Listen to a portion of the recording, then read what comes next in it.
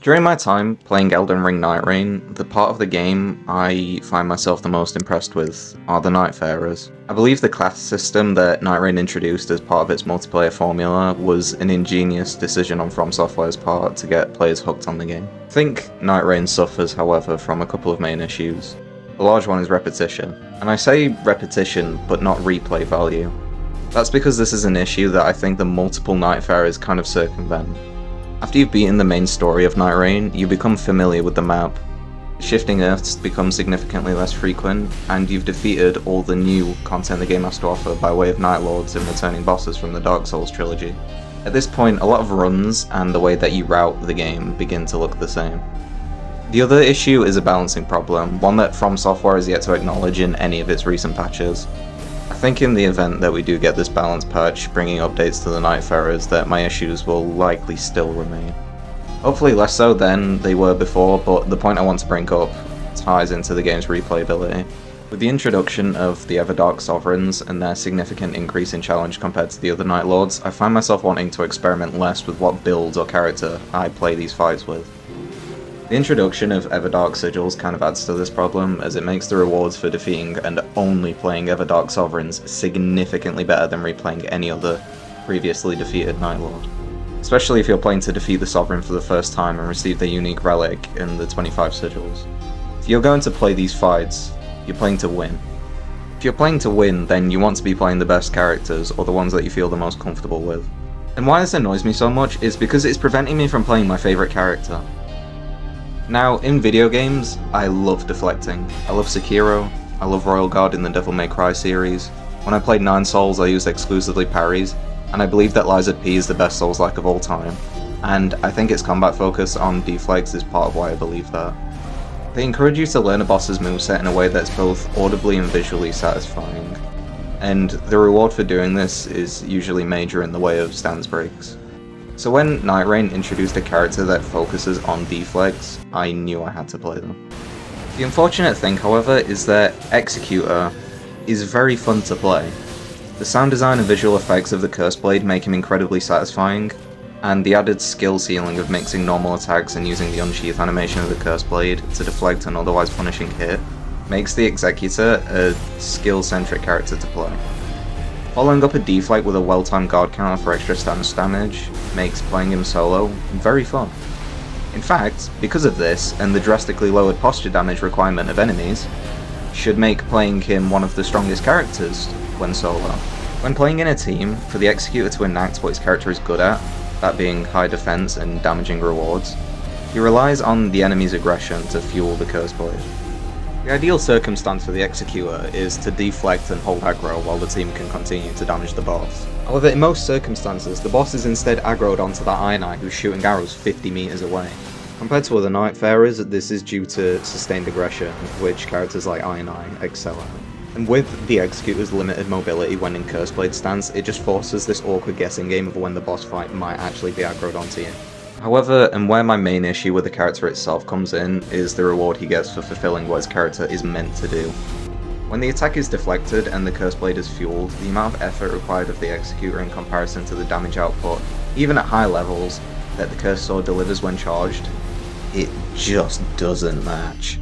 The damage output of the Executor at higher levels, when eventually fighting the Night Lord, is significantly lower than the damage of the other Nightfarers.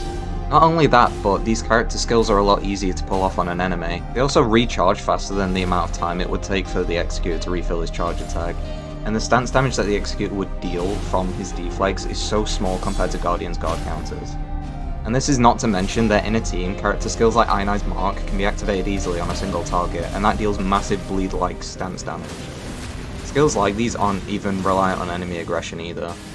They can be used whenever, apply buffs to the Nightfarers when used, and they even give you defensive iframes in the case of Iron Eye, who's apparently so goddamn cool that he can phase through the fucking boss. Skills like Iron Eye's Mark and Wilder's grapple attack are all repositioning defensive and offensive tools that provide more stance damage and more rewards than what Executor receives on most successful parries. When Nightreign first released, the Guardian was considered to be the worst character in the game. Not by a long shot, but still worse. However, now that people have had time, I've had time, to earn some of the character's relics, I believe this is no longer the case. because the Guardian is a fucking monster with the right relics. Guardian and Executor are just two sides of the same coin, with different but similar skill ceilings. While the Executor spams L1 to get his deflex, the Guardian holds L1 to get his. Both are lenient on enemy aggression, but one's not reliant on it to play the character effectively. With relic effects like returning block damage back to the enemy, the Guardian can effectively negate damage for little stamina and or health cost. I think Zero Lenny conveys this point excellently in his Nightreign Nuzlocke video. It's back to being my turn. Like, that's the good thing about this relic. It's always your turn, like that, and then you get the stagger from the guard counter. And all of this is achieved by just simply holding the block button.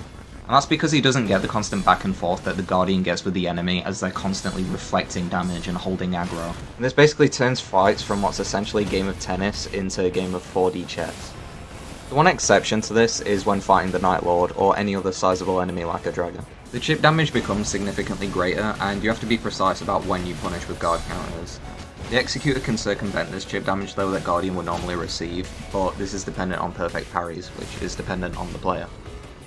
I'll touch up on his ultimate ability quickly. It's fine. It's fine if you have the relic that restores HP on roaring.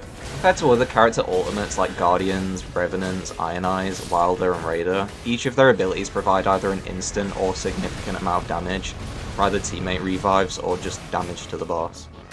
However, when it comes to reviving teammates, I actually think that Executor is one of the best. Like I was saying with Iron Eye, his damage comes from sustained aggression when he's in his ult. So ideally, when you're fighting a boss, the best tactic is to try and stunlock them so that they can't damage you whilst you're in a state where your healing is limited or just non-existent without the relic. If played well, however, for damage output, the Executor can actually have one of the highest damaging ultimates in the game, and compared to other Nightfarers, it seems to refill a lot quicker than other large damage attacks like Guardian and Raider's ultimates. But due to the increased hitbox, enemies with multi-hitbox attacks can just mulch you immediately. Attacks like Everdark Fulgur's Arrow Rain. If we were to just focus on Executor's stats, then what are we left with? Well, the Executor has two primarily high stats with okay stamina and okay health. These stats are Dexterity and Arcane. With his improved Katana moveset, this makes weapons like the Rivers of Blood the most optimal weapons for him. So if we take the Executor and compare him to another high dexterity character like the Duchess, how does the Executor compare in damage? Due to his arcane stat, the Executor focuses on status ailments, and with the most optimal weapons for him, this will usually be bleed. But if we compare him to the Duchess, however, who uses a fast-hitting weapon, like the dagger that is the best weapon for her, like a Reduvia, or another dagger that inflicts frost, the damage proc is not only faster, but with the Duchess restage ability, that damage becomes almost doubled.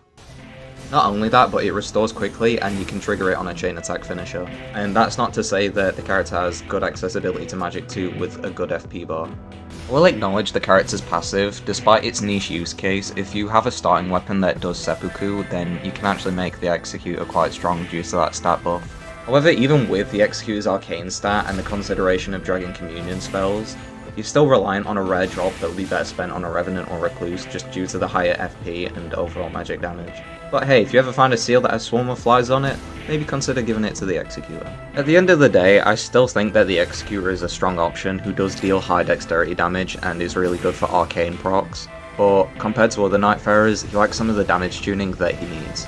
So what would I do to fix these problems and improve the character? Well, my answer ties into the game's replay value.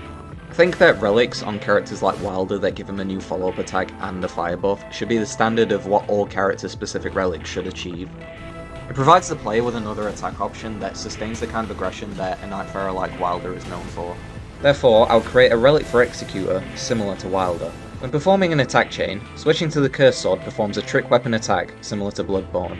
This attack provides the same parry window as the Unsheath does normally, and works when using the Unsheath animation too, and this applies for katanas only. It would give the character the kind of sustained aggression that he really needs. It also provides the player with a consistently building and satisfying reward for good timing. I believe having a relic that applies any status ailment that are on your currently equipped katana onto your Curse Blade, whether it be through a standard or just a charge attack, would further the character's damage. Even if this damage was only tied to the charge attack, it still incentivizes the player to not only play the boss fight's weakness, but get more deflex, and it could be something like an instant proc. My friend also suggested that Hjalsta's relic that applies an affinity when switching weapons should apply when you come out of the Curse Blade, and this encourages the status ailment focus that the Executor should have.